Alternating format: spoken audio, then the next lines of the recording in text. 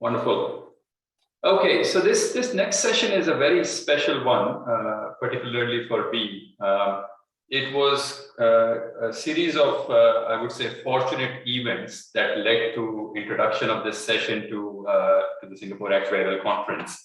We had one slot available on the International Day, and as luck would have it, I was meeting Dan from The Economist around similar time, and he mentioned that Dr. William Thomas may be available to speak. Dr. William Thomas is the Southeast Asia Director for Economist Intelligence Corporate Network. He's based in Singapore, so hopefully we'll not have any connectivity issues. When he's not speaking at conferences, he's busy advising senior leaders on geopolitical trends shaping the business environment. This is his kind of second life. He retired from the US Air Force as Lieutenant Colonel, spending much of his 21-year career as a strategic planner for missions such as peacekeeping and counterterrorism. So quite an interesting background from going from US Air Force to joining The Economist. And he holds a PhD in public policy as well as an MBA, and has been working in Southeast Asia for 10 years. So he's not new to the region by any stretch of imagination. And from my perspective, I think given how deeply involved The Economist is in the region, he has sort of a unique vantage point to see what's going on in the region globally, and hence help us understand, what are the things that could influence insurance industry as well as the actuarial profession. So make the best use of this time with Dr. Will. If you have any questions straight away, start typing them in, and we'll pick them up later after his talk. Over to you, Will. All right, and thanks so much. Thank you very much for having me in today. I really appreciate the opportunity to chat with you and with the members of the conference today. Yeah, I've been looking forward to this for a while. So again, I appreciate the chance to be here. What I'd like to do, let me go ahead and do bring up some slides here. Being from The Economist, I have to have slides, because if I don't, they'll fire me. So let me bring up some here. And what I'd like to do today is share with you a bit about what we see coming up here in 2022. When I say Outlook 2022, that's not a new mail service from Microsoft, but instead is kind of taking our view of what's coming next. So to do that, I'd like to give a little bit of a snapshot about where we are now and maybe how we got here, but then look more at where we're going in the next year. Because if you think about it, 2020 was really a year where we responded to some challenges and to some issues. 2021 was this year when we've learned what works and what doesn't, and we've gotten a sense of what the new business environment might look like. And so 2022 is really the year where we're going to reinvent and reimagine that business environment, and see what we might be able to do, and see how we might be able to grow in this next iteration of the post-pandemic, which we've been calling it post-pandemic for quite a while, but I think we might finally be getting there. So certainly hope so. What I'd like us to take a look at, what I'd like you to be able to walk away with from this would be a good understanding of how the business environment is changing, what some of the challenges and opportunities are, what some of the different factors are that are shaping that business environment, and then be able to take that understanding of these different trends, the economic, the political, population, tech trends, and use that in your planning as you look out to 2022 and the years beyond. So with that in mind, what I'd like to cover in our time together today is first a look at the global factors that are affecting us here in Asia, some things that are happening everywhere, but I want to be able to put the Asia spin on it. Then take a look at some regional trends, some things that are a little more unique to this part of the world, some things that we are watching here. And then of course, I do want to have some time for Q&A at the end. So by all means, go ahead and put things into the Q&A box as we go along, and I'll take those when we have the opportunity. But let me start, I guess we're going kind of big picture to little picture here. Let me start with the big picture, and that would be some of the global factors that are affecting us here. Now, the first question that I typically get in any presentation is, how's the economy doing? Because, you know, I'm from The Economist. And that's not a simple question to answer, quite frankly, because around the world, the economic recovery so far this year has been very uneven. Now, if you're anything like me, back in early 2020, you saw this pandemic emerge and you thought, wow, this is going to be a rough few months, and then things will get back to normal. And of course, things did not just get back to normal by the end of 2020. And even as vaccines were introduced, the application of those vaccines worldwide has been very uneven, and that has contributed to an uneven economic recovery around the globe. Now, I want to spend a couple of minutes on this slide just to set the stage for the rest of the conversation. What you are seeing here are the member countries of the G20, and they're aligned on a timeline that shows when they will get back to their pre-pandemic levels of GDP. So when will a market get back to its Q4 2019 GDP levels? Now, as you can see, a couple of places are already beyond that. Turkey and China both saw growth in 2020. So as they came into 2021, they had the opportunity to continue that. But there are a number of markets, 7 of them listed there, where it was this year, you know, there was a loss in 2020, and they managed to bounce back here in 2021 and regain lost ground. So here within Asia, of course, you see South Korea there, you see Indonesia, you see India. These are countries that lost some GDP coming into the year, but managed to make it up. And then coming into 2022, that's where we see about another 9 countries making up that lost ground. So there are quite a few countries that will only get back to their pre-pandemic GDP next year. And then there's one outlier there, and that's South Africa, which we anticipate coming back in 2023. Now, a couple of things about this slide that I want to highlight. First of all, I've been showing a version of this slide all throughout the year, and it keeps changing. So I don't want you to focus too much on where a country sits on this chart, because that's not the most important thing. What's most important is understanding why they sit where they sit. So, and that's what we've outlined down the right-hand side there. Take a look at some of the different factors that have affected recovery in 21 and into 2022. Things like how well a government has controlled coronavirus, if it's kept the strain off the healthcare system, how restrictive the lockdown measures were that kept everything going, what kind of fiscal stimulus was provided by the government. Was it money into consumers' pockets? Was it investing in infrastructure for a longer term payoff? You know, what was that stimulus like? What are the industries that are dominant in a country, and how were they impacted by the pandemic? So for example, you see South Korea up there near the top, made back their lost GDP pretty early this year. And a reason for that is that consumer electronics are a dominant industry, a dominant export industry for South Korea. And so last year and into this year, when people were locked down and they wanted that new tablet in order to stream their favorite shows, or they're working from home, so they wanted a new monitor, a new laptop, South Korea benefited from that. So they saw about a 0.9% drop in GDP in 2020 and came back with about 3% growth this year.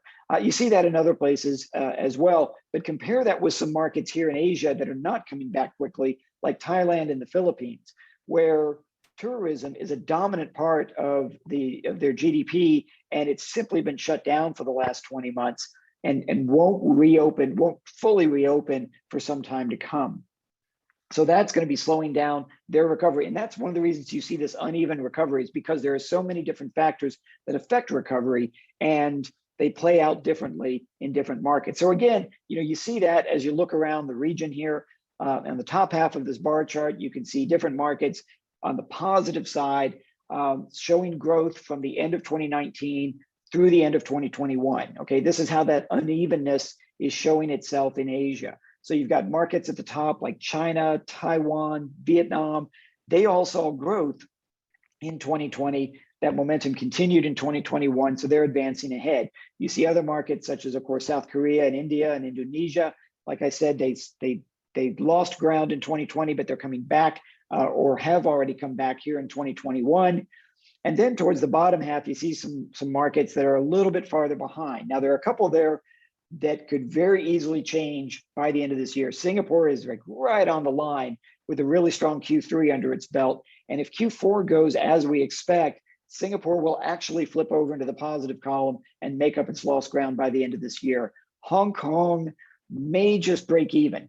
Our forecast all year has been that they're going to be a little behind. They may just break even in terms of lost ground, but they're still not going to get back to their 2018 level of GDP, the pre-protest level of GDP for a couple of years. And then you see some other markets, Japan, which is probably going to be the end of 22 before they come back. Malaysia, which will bounce back next year. They picked up the pace a bit there. And then Thailand and the Philippines are probably not going to bounce back until the end of 2023 or potentially even into 2024, because it's simply going to take that long for tourism to come back. Now, as economies have recovered, one of the concerns that people have had, and this concern has in fact played out, is that inflation is going to climb once consumer demand opens up again. And that is exactly what's happened. But one thing I would suggest is maybe a way to think about this is as an inflation spike. That's the word that our analysts are using. It's a spike. We see this globally, and we see it as well here in Asia, in Southeast Asia, as well as in China, that inflation has certainly gone up this year, but we don't see it staying at these high levels. Instead, we see starting in 2022 and then continuing on for the next few years, we do see inflation coming back down to levels that governments are used to, that they're comfortable with, levels that central banks can manage effectively. So why are we seeing it now then if it's going to level out later? The reason we're seeing it is twofold. First, on the demand side, the return of consumer demand is very uneven. It's surging in some places, but it's still very slow to recover in others. And that demand is making it difficult to get the right products to the right places at the right time. It's just very hard to predict right now. On the supply side, there's still a lot of disruption. There's still a lot of factories that are not at their full capacity. They can't have all their people on site because of safe distancing requirements and other safe management measures. The logistics system, and if you deal at all with supply chains, you know the logistical system is very messed up right now. You still have a lot of empty containers being sent back over the ocean. Logistics prices are way up right now. They're not coming back down just yet. So that system needs to get sorted out in order to bring some of the supply side influence on prices back down. So really what we're seeing is an imbalance between supply and demand. And when you have that, it's very common to see prices shooting up as we've seen, but we do anticipate them coming back down. And honestly, if you look at inflation now, especially in China and Southeast Asia, and you compare that to 10 years ago, we're still well below where we were coming out of the global financial crisis and other concerns. So it's manageable right now. And we're hoping that governments will hold off on taking too many steps to fight it, and instead perhaps let it run its course so that the economic recovery can continue. And then perhaps in 2023 or beyond, you might start to see interest rates come up a bit as central banks adjust their policies.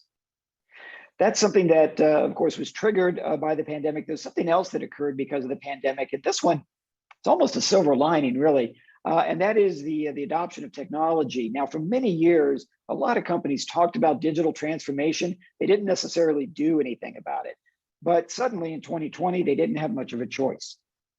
And so digital transformation really took off, and a lot of people have gotten very used to that. And we get the question sometimes, you know, companies changed their use of technology and consumers changed their use of technology because of the pandemic. As we emerge from the pandemic, are we going to go back to the old way of doing things? And our answer is a pretty adamant no, we are not. So don't expect to see a U-turn in the use of technology. On the consumer side, customers have simply gotten too used to the convenience and the ease of online retail, online finance, online F&B, online. They're used to using AI for customer service if it means they get things resolved faster. So customers are used to it and they like the convenience and they're not going to turn away from it. Businesses have also invested in these digital tools. They've adjusted their processes to make the best use of these tools, and they are unlikely to simply abandon that investment and go back to old processes when they've found something that works. So like I said, 2021 has really been a year for learning lessons and figuring out what works and what doesn't. Something that could be very valuable for companies right now is to do a bit of a tech audit and figure out what they would really like to be doing and continue doing or could do better as they emerge from the pandemic versus the capabilities they have right now, and see where that gap might be and start filling that gap to get ready for 2022 and beyond. But as I said, customers are certainly getting used to this. They don't have any intention of going back to the old ways of doing things. And that crosses all demographics, okay? That crosses all age groups.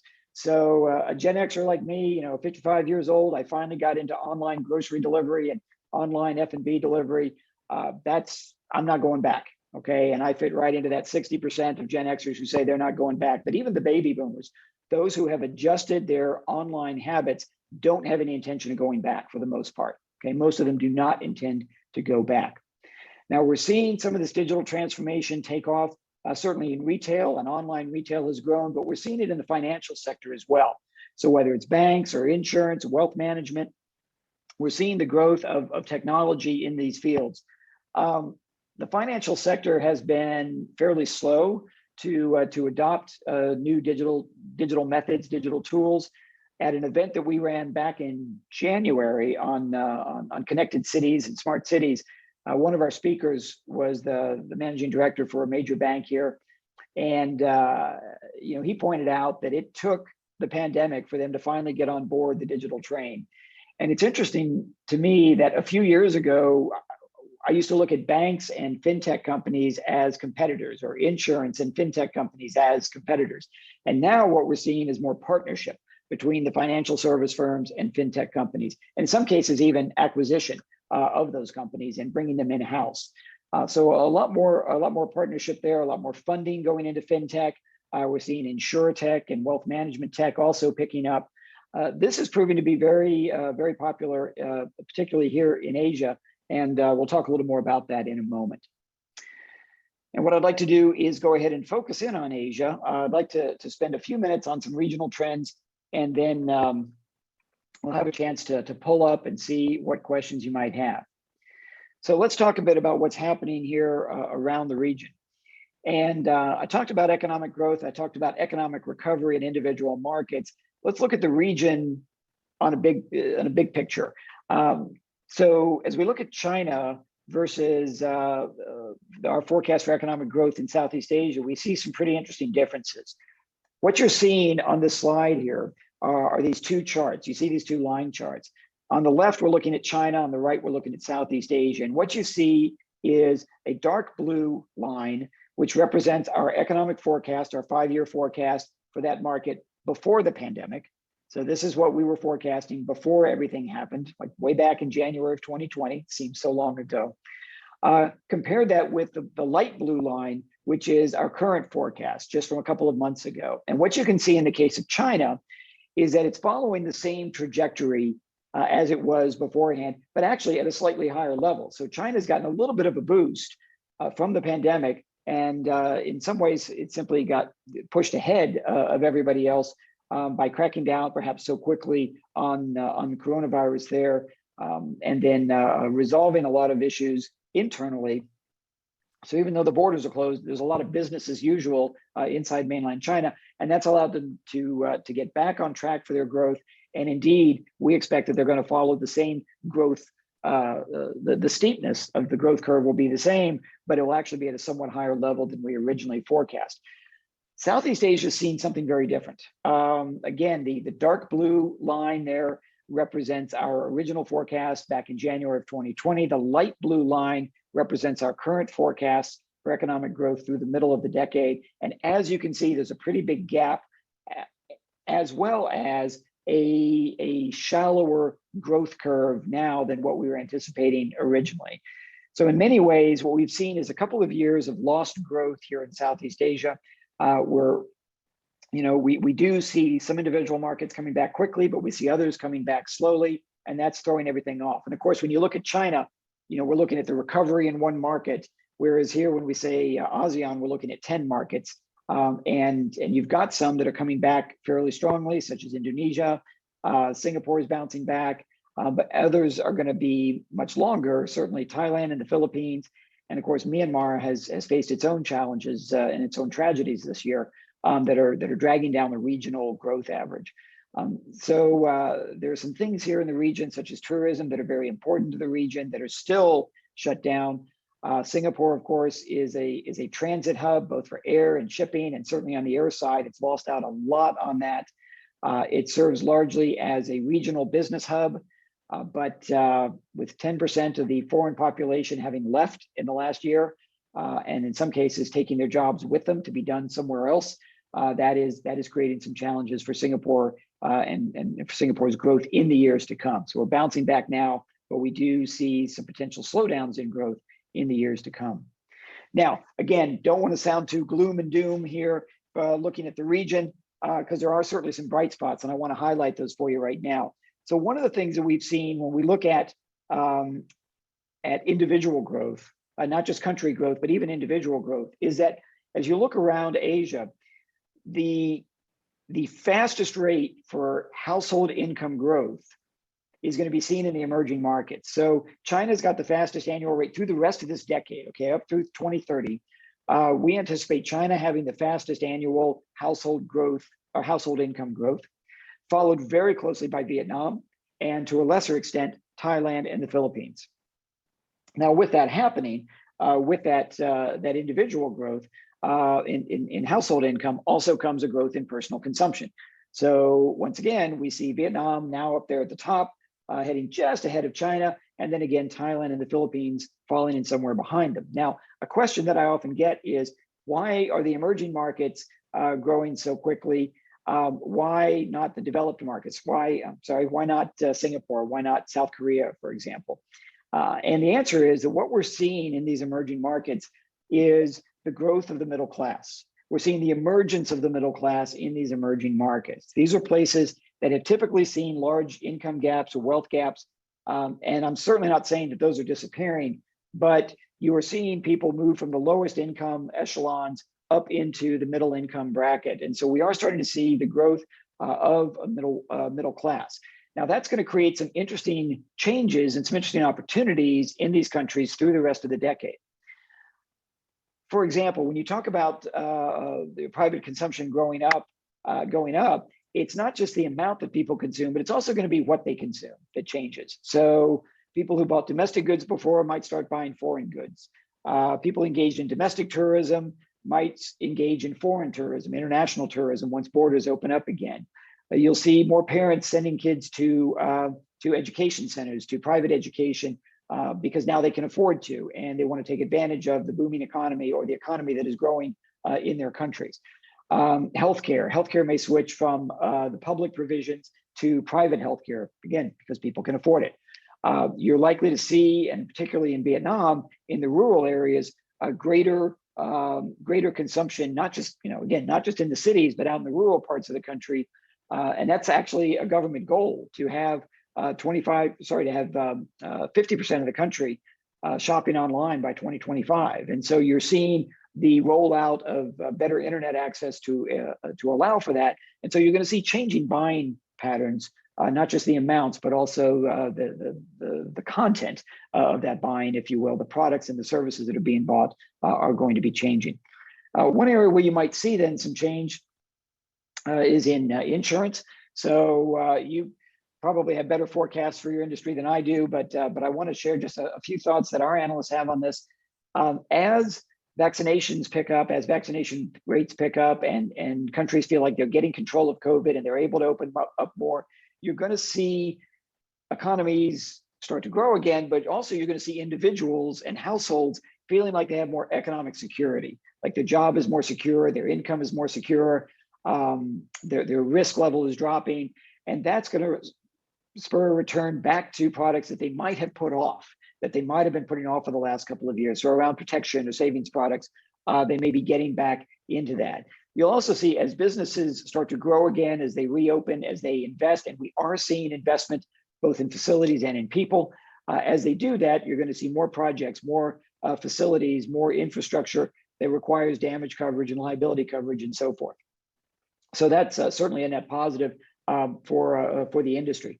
Some other changes we're seeing in the region, and I'll touch on this more in a little bit, are some demographic changes. We see aging populations all around Asia. It's not just Japan, it's everywhere. And we're seeing, especially in those emerging markets with the emerging middle class, an interest in shifting from public provision of healthcare to private health coverage and private providers. We're also, as economies come back and as that middle class emerges, expecting to see more of a drive towards home ownership and towards vehicle ownership. So in Vietnam, for example, I think in the next 5 years, we're expected to go from about 265 automobiles per 1,000 people to, I want to say 372 automobiles per 1,000 people. Okay, that's just by 2025. Okay, so that's going to grow, and so then the auto market and the homeowners market should get stronger as well. We're seeing Western firms operating throughout the region, although there are some changes around here to watch out for, and I'll touch on those in just a second. But again, something to keep an eye on are the changing habits and the changing demographics, and thinking about the impact that's going to have on the demand for your products. Digital payments becoming very popular. They continue to be the preferred method of payment in Asia. They are becoming very dominant in the emerging markets, including here in Southeast Asia. One of the advantages for this is that it is bringing a lot of the unbanked population into the financial services sector. It is leapfrogging over credit cards and brick and mortar banks and bringing populations in. So when you have a place like the Philippines, where over half the population does not have a formal relationship with a bank, this is an opportunity to get people back into the finance sector and start introducing products and start introducing new services to them as well. This is something that has really taken off, more so here in Asia than in other parts of the world. And we do expect that it's digital payments are going to provide a bit of a growth industry in and of themselves. Those digital payments are often being used to buy online. They, of course, can also be used to buy in person, and they are shifting buying habits around. And some of that is what's behind some of the supply chain shifts that we're seeing around the region. So we are seeing more of an interest in regionalization of supply chains versus globalization. That is certainly not the end of globalization. That's why we have a question mark on that not a period. It's not the end of globalization, but countries and companies have recognized a lot of the vulnerabilities that some of which were always there in their supply chains, but they'd rather not face those vulnerabilities in the future. So certainly public health has been an issue for the last 2 years, and it's shined a spotlight on other issues such as political challenges like US-China trade disputes, or technology problems like a ship getting stuck in the Suez Canal, or extreme weather events being caused by climate change. There are a lot of things that are causing a reimagining of supply chains, and you see them coming more into the regional space and less globally connected. Again, not decoupling from the global supply chain, but simply shifting some of the emphasis back here to the region. And certainly with the RCEP coming into play now, with the minimum number of countries having ratified this new trade agreement in the region, that is going to continue and probably accelerate. As we see changes going on around the region, regulations also seem to be changing quite a bit. The regulatory environments are certainly shifting. In some cases, there's not a lot of consistency, which might be making things more difficult. In other cases, there's some opening up, and that could be making your business a bit easier. Some things that we've seen, for example, in Malaysia, a law passed a few years ago mandated that foreign firms could not own more than a 70% stake in a local insurance company. So there was a movement to sell that 30% stake that companies needed to unload, and then the pandemic hit. So the government's been pretty flexible about that deadline, realizing that with the market being down, companies may not want to sell that stake now. And so there's some flexibility there, which is great, but again, it makes it somewhat inconsistent. In Thailand, local companies, there's still a limit of 49% foreign ownership, but you can get permission for 100% ownership. So again, making it easier perhaps for foreign businesses to come in and set up shop, but it's a bit inconsistent in how it's applied. And that is a continuing challenge. That is an ongoing challenge that we expect to see around the region. With those regulatory changes, we're also seeing regulations around technology, be it data privacy, the use of technology for different uses.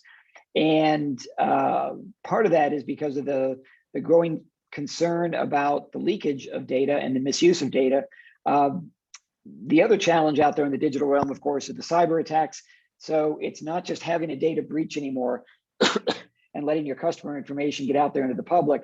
The challenge is now maybe they may be having your data be ransomed and not being able to get back to it. The challenge may be that you don't get attacked, but your protection system does. So like back in 2011, RSA, company that makes a lot of these little tokens, they got hacked. And so you didn't have to hack a bank, you just had to hack the token that got you access to the bank. So that is certainly a challenge, what we call a supply chain attack.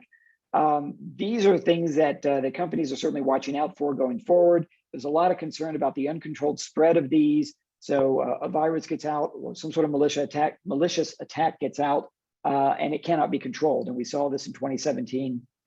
There's also a lot of concern about attacks on the infrastructure, whether it's power, water, internet connectivity systems, whatever it may be that's critical, traffic control systems, for example, airports. This is obviously a huge concern, a growing concern for governments and for the companies that run these, and of course the companies that depend on these. So business continuity planning has gotten a lot more challenging for a lot of these companies, because it's not just an attack on you, but an attack on your infrastructure or an attack on your cyber protection that can create challenges for you. Speaking of challenges, climate change. Climate change continues to create new problems for us, or at least emerging problems. Extreme weather events are rapidly becoming not so extreme, and they're becoming the norm. Whether it's the fires in Australia last year, the heat wave and the fires on the west coast of the United States, the floods in Europe, a lot of challenges, a lot of business disruption due to these events that used to be maybe 100-year events, and now they're far more common than they were before. There's a long-term impact on infrastructure as the water table rises, as it eats into the foundation of buildings, as roads become impassable, as seaports change. The infrastructure is being affected by climate change. Governments are setting policies. They're setting their net zero emission targets, and that's a great thing, but their targets are set for 2050 or 2060 or 2070. So it's a long way down the road. And in the interim, the climate is going to keep warming. Okay, the climate is going to keep warming. And this comes out of a kind of a post COP26 discussion, some modeling. As you can see down there on the bottom right, even if every policy that's been announced is enacted and implemented in full right now, we're still seeing a 1.8 degree rise by the end of the century, which takes us over the 1.5 degrees that the Paris Accord sets as the ideal situation. So measures that we're taking now are fantastic. They need to be taken now, but we also need to be thinking about mitigation, not just trying to turn around climate change, because some of this is here to stay. We've messed it up too far already. And there is a lot of potential damage that we are expecting out there in terms of coastal infrastructure, damage to agriculture, impacts on health and life expectancy and productivity, labor-related losses the businesses may see. There are some numbers here from a couple of different reports back in 2016, the Risky Business Report, and then 2018, which came out of the US government. These are just looking at the United States. These numbers are just looking at the United States, okay? So now extrapolate this worldwide, and you can see that there is a high risk of potential damage going forward. The last thing I want to touch on, and I do want to take a few minutes for questions, is some changing demographics around the region. Now, certainly in the insurance sector, you're looking at this and you're thinking about it perhaps in terms of your clients. I would like you to think about this in terms of running your business. Where are you going to get the people to grow your company? Where are you? Birth rates have been on the decline for 30 or in some cases 40 years. Here in Singapore, for example, we've been below replacement levels in the birth rate since 1980. And as we would say in the United States, the chickens are coming home to roost. We are getting to the point where the older generation is retiring and there aren't enough people in the younger generation to take their place. There are more people retiring than there are coming into the workforce. And as we see, a couple of countries, Singapore and Thailand in particular, have already dropped into negative growth for their workforce and will continue to do so for the years to come. So what can companies do to make sure that they have the talent they need going forward? First of all, rethink how you work, rethink how work gets done in your company, whether it's automation and digital tools, whether it's restructuring the organization, whether it's going back to 10-year-old job descriptions and rewriting them, or doing some more intentional network and relationship building within the company. Whatever it takes, look at how you might work differently to do more with fewer people. Also consider how to take the people you have with their skill sets and make sure they have the skill sets that you're going to need in the next few years. Because as you automate or you take on these digital tools or you move into InsurTech or what have you, that requires new skills. And you can't just manage out all the people you have and try to bring in a bunch of new people with new skills, because those new people might not exist. So see how you can upskill and reskill your current workforce to be able to take on the challenges of the coming years. And the third thing I would suggest is, as the numbers of our workforce are declining, think about how you might redefine the workforce. Think about how you might bring people into the workforce that haven't traditionally been in it.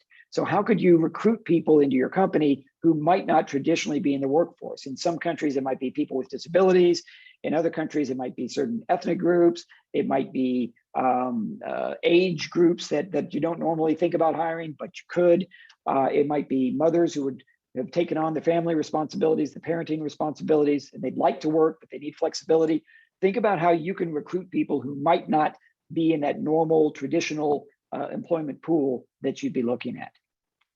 That is a lot to share with you. I do realize in a short amount of time, we've got just a few minutes left for some questions, and I would like to take some of those if we can. But thank you all very much for your attention to this point, and I hope I can answer your questions.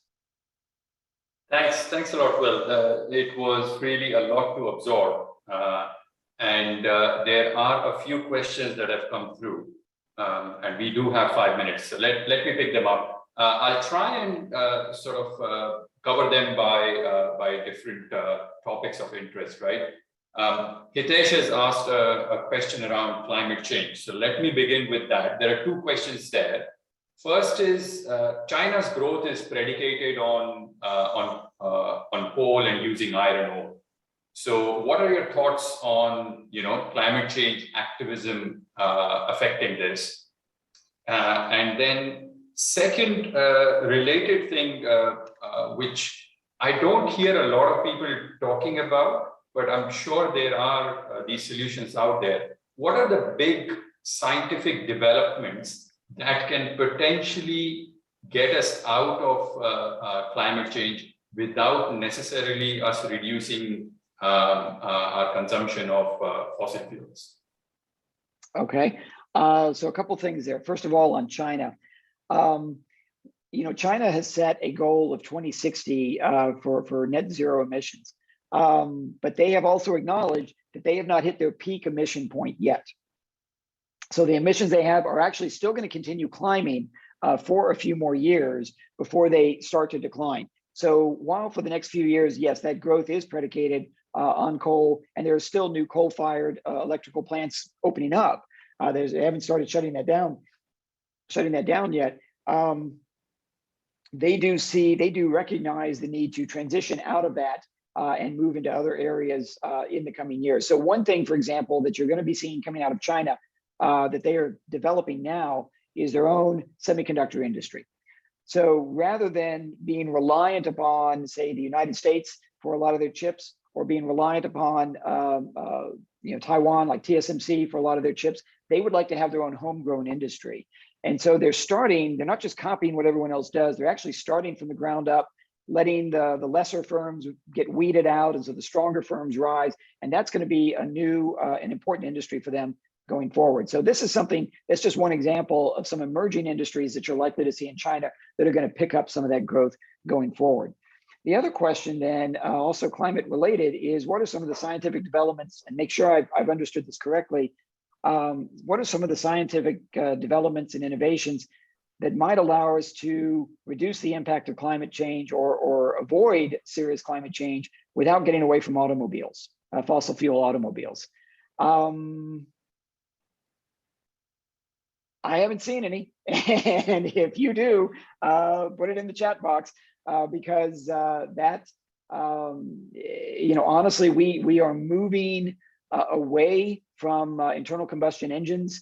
Countries are already setting policies around that. Indonesia has made the conscious decision to set themselves up as not only a manufacturer of electric vehicles, but a user, and they prefer to see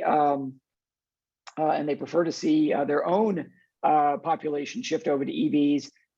I can't remember the exact date that they've got set, but it's within the next decade or two, shifting away from internal combustion engines to purely EVs in Indonesia. That's an ambitious target, and I don't know that they can do that, but we'll see. So as far as getting away from automobiles, that train seems to have left the station. If I can mix my automotive, my transportation metaphors there, and Thailand, by the way, is also focused on developing next generation automobiles in the Eastern Economic Corridor there in those 3 provinces to the east where they're building up manufacturing capability. So that certainly is the move. We're almost out of time, so let me take this. I do see another question here. If I can go ahead and take it from the Q&A box. And there are a few other questions that have been posted separately, so I can. Sorry. Yeah. No, please go ahead if you wanted to answer that question. There are a number of questions, Dr. Will, so no worries. Okay. We can go a little bit over time. Okay, sorry. Let me just hit this one real quick. Hitesh asks, says I painted a pretty gloomy short-term picture for Southeast Asia, and I hate doing that. I like to be Santa Claus and be cheery instead. But there are, for the next year or two, there are some concerns around the region. What can be done to recover faster is actually already being done. The most important thing that can be done is the pace of vaccinations has to pick up. It has to pick up. Now, that has happened in some countries. So Malaysia, for example, started late. It was the end of February before they began. And we originally predicted it was going to be late in 2022 before they vaccinated most of their population. Well, I can tell you today, Malaysia's at about 76% of the population vaccinated. And I think the reason is when they got locked down earlier this year with the serious coronavirus wave, they recognized the value of vaccinating quickly, and they really picked it up. The citizens and the government worked together to make that happen. In the Philippines, they didn't start vaccinating the general population until October 11th. I want you to think about that for a second. October 11th. Before that, it was all high-risk individuals, frontline workers, the elderly, and so forth. But now that they have started, it's starting to pick up. So when the day they started, only about 21% of the population was vaccinated. That was a month ago. Okay, but they are starting to pick up. I just spoke this morning with an epidemiologist there who told me that it has picked up, and coincidentally, the presidential campaign season has also just started. So they see that that's going to increase speed during the campaign. So there are things that can happen, but the most valuable thing is getting people vaccinated and then learning to live with COVID and have a plan in place for that endemic COVID situation so you can open your borders and open your restaurants and just get things going again. Great question. Thank you. Sorry, we got some others though, still waiting. Yeah. Okay, so let me switch the topic a little bit. Interest rates. So interest rates are very dear to us. They're very close to our heart. I'm a life actuary. We do projections, very long-term projections, 30, 50, 100 years into the future sometimes. And when interest rates go low, what is going to happen in 50 years' time is worth a lot more than with high interest rate environment. So what is your view on interest rates, especially given the current inflationary environment that we're in? Yeah, so okay, so interest rates being really low has got a very positive outcome for governments right now, in part because many governments took on a lot of debt to pay for all that fiscal stimulus last year. And so the debt to GDP ratio has gone up pretty strongly in many places. Even in places like Singapore that didn't take on debt, still the GDP fell. So whatever debt they had took on a bigger impact. However, the cost of servicing that debt as a percentage of GDP hasn't really changed because interest rates are so low. So governments have a very strong incentive to work with their central banks to keep those interest rates low so that the cost of servicing that debt does not start to climb. If they start taking steps to like raising interest rates to combat inflation, rather than just riding it out and letting it work itself out, if they take steps like that, it's going to lead to some fiscal decisions that they don't want to have to make. So if the cost of servicing debt goes up because interest rates have gone up, then they're going to have to start cutting discretionary spending, or they're going to have to start raising taxes, and that's going to put the brakes on their economic recovery.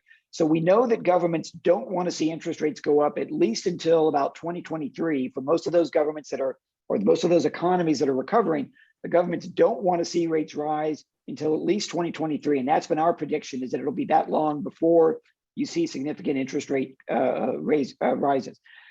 Having said that, some countries are certainly feeling political pressure to do something about inflation, and Joe Biden is facing that in the United States right now. He just turned the spigot on the Strategic Petroleum Reserve the other day to try and bring oil and gas prices down a bit in the United States. There's talk that he may get Chairman Powell to raise interest rates, or even though he's not legally supposed to do that, but there may be some pressure. But what we're hoping, quite frankly, is that governments will ride it out and let inflation work itself out, rather than trying to take a step that we just don't think is necessary in the long run. Okay, wonderful.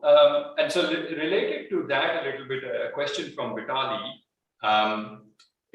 He's interested in cryptocurrency, and he's saying, what are your views on the role that cryptocurrency will play in the near future, given various trends? Where do you see it going? So think of cryptocurrency in a couple of different settings. So what I would call private cryptocurrency, I mean, Bitcoin and all of that, privately developed. We really see that more as a tool for investment rather than a tool for transactions. And that's where we think that the people who own it see it too. I mean, very few are using it for actual transactions. However, there's another form of cryptocurrency that or digital currency, I should say, that we do expect to see, and that is the government-backed digital currency. And we're seeing that in China with the digital RMB. They've tested it out in a couple of regions there and have been very happy with it, in part because they'd rather people use the government-backed currency, because then they have visibility on it, as opposed to the private currencies, which are kind of hidden a little bit. So other governments are experimenting with this as well. So that's where I think you're liable to see the digital currencies go, is to the government-backed currencies, and seeing those become a medium for exchange, more commonly used medium for exchange going forward. Yeah. Right.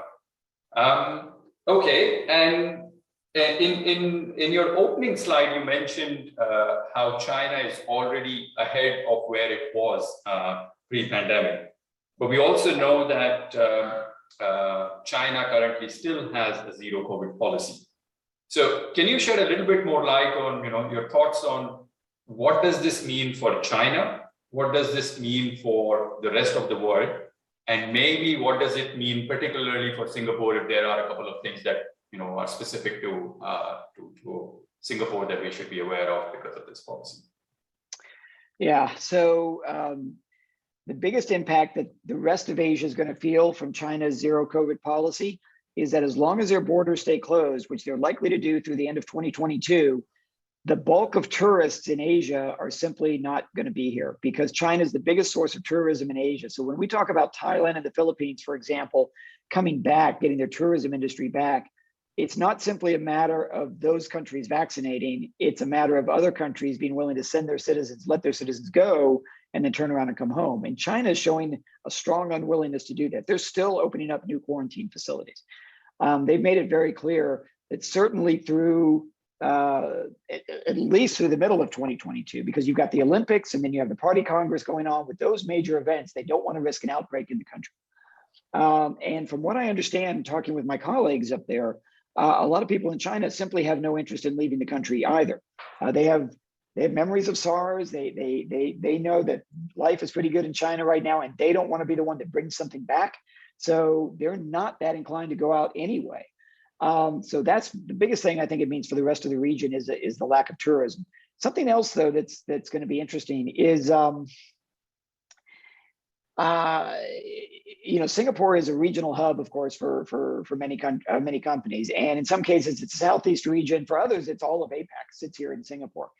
If your regional hub is sitting here and you cannot go into China, or even into Hong Kong and then into mainland China, if you can't get into China, you have to start to question whether your regional hub needs to entirely be here, or whether some of those roles need to move into mainland China, so that people can go there and just be there through the duration. So you could potentially see some jobs shifting out of Singapore and into mainland China. Having said that, we are also seeing companies in China expanding their footprint here in Singapore because they're sitting there in China and they can't get out and do what they're used to doing. So they come here to Singapore where they're still kind of limited, but not to the extent that they are in China.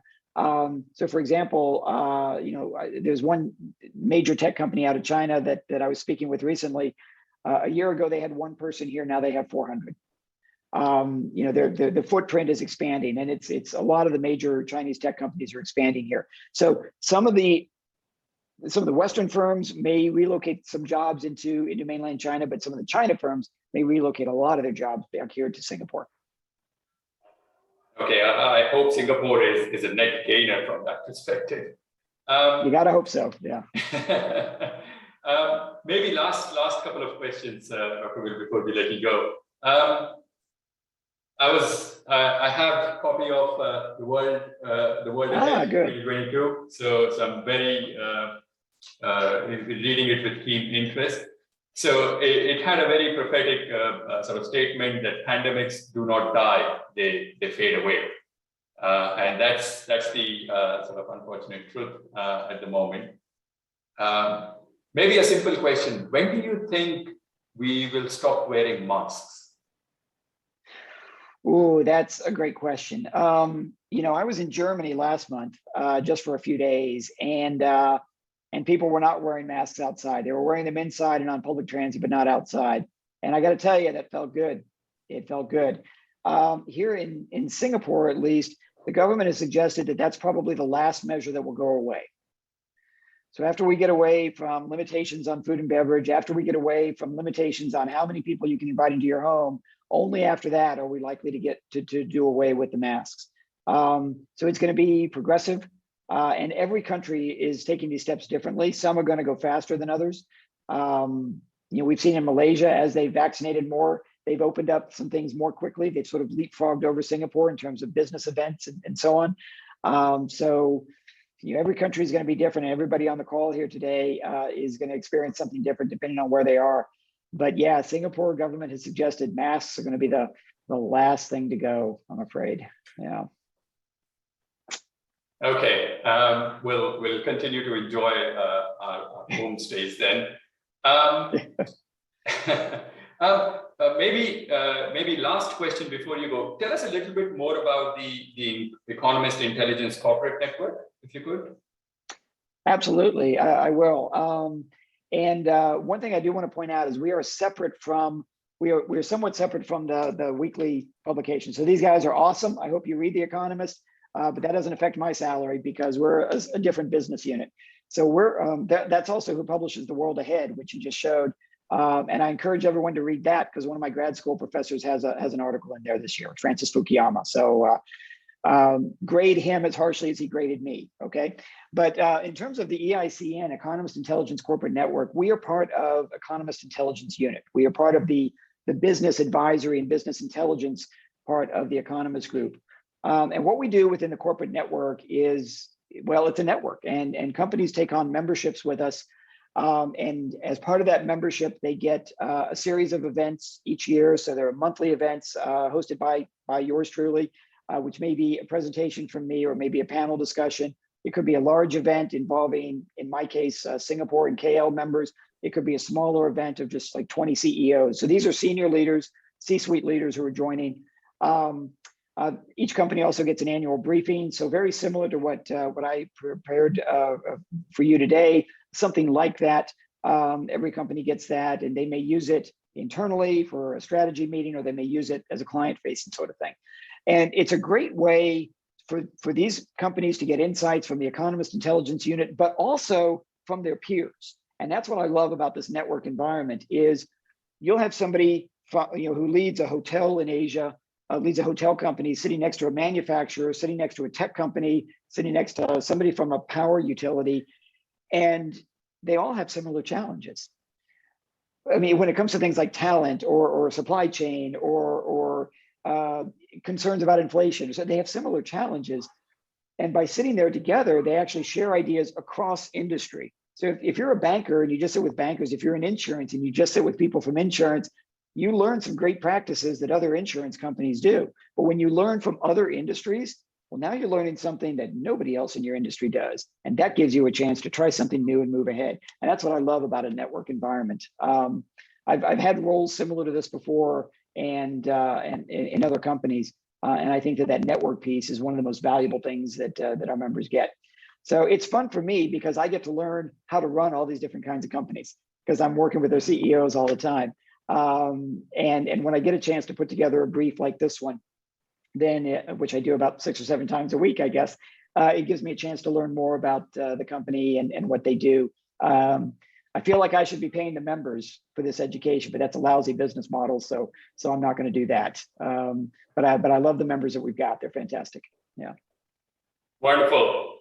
Thanks a lot, Dr. Will, for that very informative and open talk.